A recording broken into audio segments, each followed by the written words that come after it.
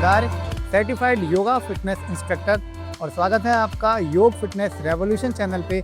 इस चैनल के ऊपर मैं मॉडर्न साइंस और आयुर्वेद के बिहाफ पे सही जानकारियाँ हेल्थ और न्यूट्रिशन से रिलेटेड आप तक पहुंचाता हूं, जिसके अंदर मैं आयुर्वेद और मॉडर्न साइंस को साथ लेकर किस तरह से आप आगे बढ़ें, किस तरह से आप चलें जिससे आप हेल्दी रहें, आपका परिवार हेल्दी रहे, इन सब से रिलेटेड जानकारियाँ देता हूं।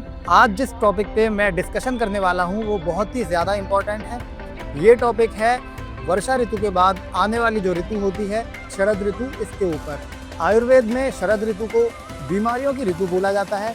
ऐसा इसीलिए भी होता है क्योंकि वर्षा ऋतु के बाद, जब वर्षा ऋतु चली जाती है उसके बाद जो ये ऋतु आती है, इस मौसम में हमारे शरीर का और वातावरण के अंदर भी पित्त का बहुत ज़्यादा प्रकोप रहता है। वर्षा ऋतु में तो जो हमारा पित्त है वो संचित होता है, यानी कि बॉडी में इकट्ठा होता है, एटमॉस्फेयर में भी इकट्ठा होता है, क्योंकि कभी सर्दी, कभी अचानक से बारिश होना, कभी धूप निकलना, ऐसी चीज़ें होती हैं। और लेकिन इस मौसम में लगभग वर्षा शांत हो जाती है तो पित्त जो है हमारे शरीर में से निकलने की कोशिश करता है। तो इस वजह से इस मौसम के अंदर बहुत सारी बीमारियां होने के चांस होते हैं। इसका एक दूसरा रीज़न ये भी है कि मौसम बदल रहा है। अब सर्दी आने वाली है, तो ये प्री सर्दी के जो मौसम होते हैं, तो जिस समय मौसम बदलता है उस समय अपने साथ वो तरह तरह की बीमारियां भी साथ लेके आता है। जैसा कि मैंने अपनी पिछली वीडियो में बताया था कि 6 ऋतुओं में से ये जो शरद ऋतु है ये चौथी ऋतु है। वर्षा ऋतु जब चली जाती है उसके बाद में ये ऋतु आती है। लगभग मिड सितंबर से लेके और मिड नवंबर तक ये ऋतु रहती है। तो इस मौसम में हमें विशेषकर बहुत सावधानियां रखनी चाहिए, क्योंकि प्री विंटर भी आ जाती हैं, यानी कि सर्दी धीरे धीरे आना स्टार्ट होती है। और इस मौसम में जब पित्त हमारा शरीर में से निकलता है तो तरह तरह के बुखार, तरह तरह के फंगल इन्फेक्शन, आपने देखा होगा इस मौसम में बहुत सारे लोगों को स्किन इन्फेक्शन, सोराइसिस और तरह तरह के बुखार, डेंगू, चिकनगुनिया, मलेरिया आदि हो जाते हैं।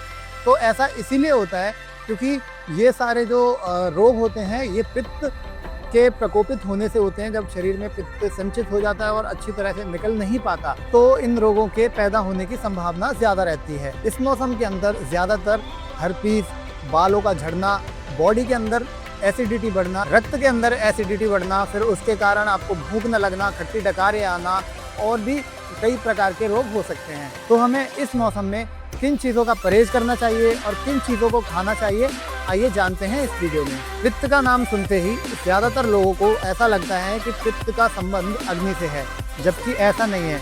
हमारा शरीर पंच तत्व से मिलकर बना है। उसी प्रकार संपूर्ण जो हमारा नेचर है, हमारी जो प्रकृति है, वो भी 5 तत्वों से मिलकर बनी है। तो जब शरीर के अंदर या वातावरण के अंदर जल और अग्नि दोनों की प्रधानता होती है तो उसके कारण पित्त के रोग होते हैं। ऐसी चीज़ें जो आपका पित्त बढ़ाती हों या फिर जिनसे आपको एलर्जी हो, इस मौसम में नहीं खानी चाहिए। जैसे बाहर का खाना, मैदे से बना हुआ खाना, किसी भी प्रकार का जंक या फास्ट फूड और ड्राई फ्रूट्स या ऐसे फल जो पित्त प्रधान होते हैं, जिनके खाने से शरीर के अंदर गर्मी पैदा होती है। ऐसी सब्जियां जिनके खाने से शरीर के अंदर गर्मी पैदा होती है, ऐसी चीज़ों का हमें परहेज रखना चाहिए। अल्कोहल, चाहे वो किसी भी प्रकार का हो, पित्त को बढ़ाने वाला होता है, तो हमें अल्कोहल का इस समय परहेज रखना चाहिए। खाने के अंदर बहुत ज़्यादा गरिष्ठ भोजन या ऐसे प्रकार के भोजन जो हमारा पित्त बढ़ाएं, जैसे अजवाइन, हींग, ज़्यादा हल्दी, ज़्यादा मिर्च, चाहे वो किसी भी प्रकार की हो, हरी हो, लाल हो या काली हो।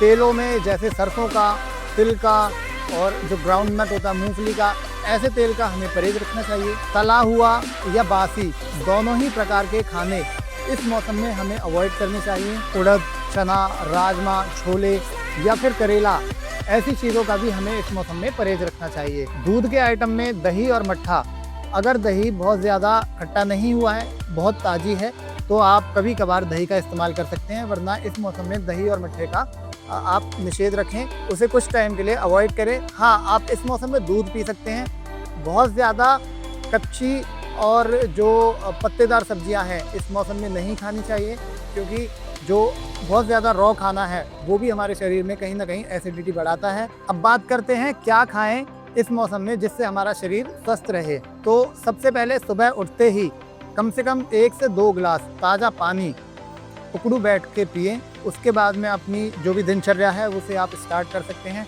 सुबह सुबह आप चिरायता, गिलोय, नागरमोथा, नीम आदि के जो रस हैं या फिर इनसे बने हुए जो काढ़े हैं उनका सेवन कर सकते हैं। इससे आपकी इम्यूनिटी स्ट्रॉन्ग रहेगी और ये जो चीज़ें हैं ये बैक्टीरिया नाशक होती हैं और हमारे शरीर में पित्त भी बहुत ज़्यादा नहीं बढ़ने देती।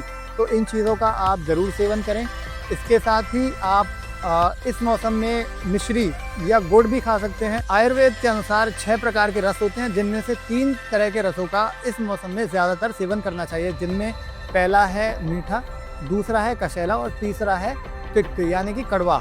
तो और बाकी के जो 3 रस हैं यानी कि जो खट्टा है और जो नमकीन है जिसे लवण कहते हैं और तीखा है, इन तीनों रसों का हमें परहेज करना चाहिए। कड़वे में नीम, गिलोय, चिरायता, कुटकी आदि ये सारे आ गए।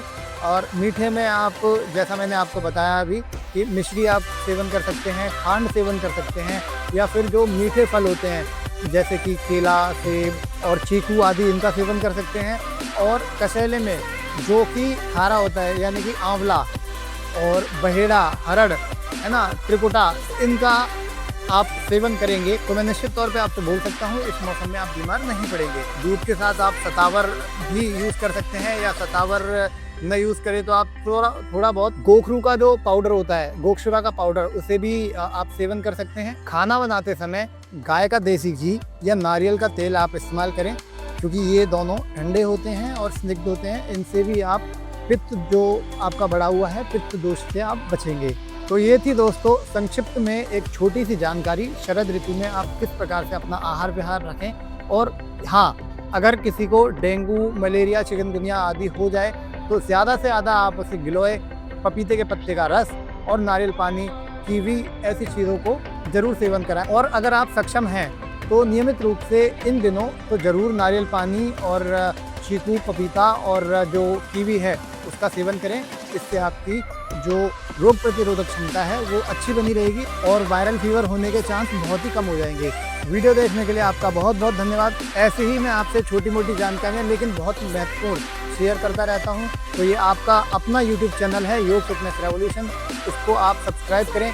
इसी प्रकार की वीडियो देखने के लिए इस चैनल को शेयर करें और आप कमेंट करके बताएं कि आगे किस टॉपिक पर वीडियो देखना चाहते हैं। आप सभी को नमस्ते।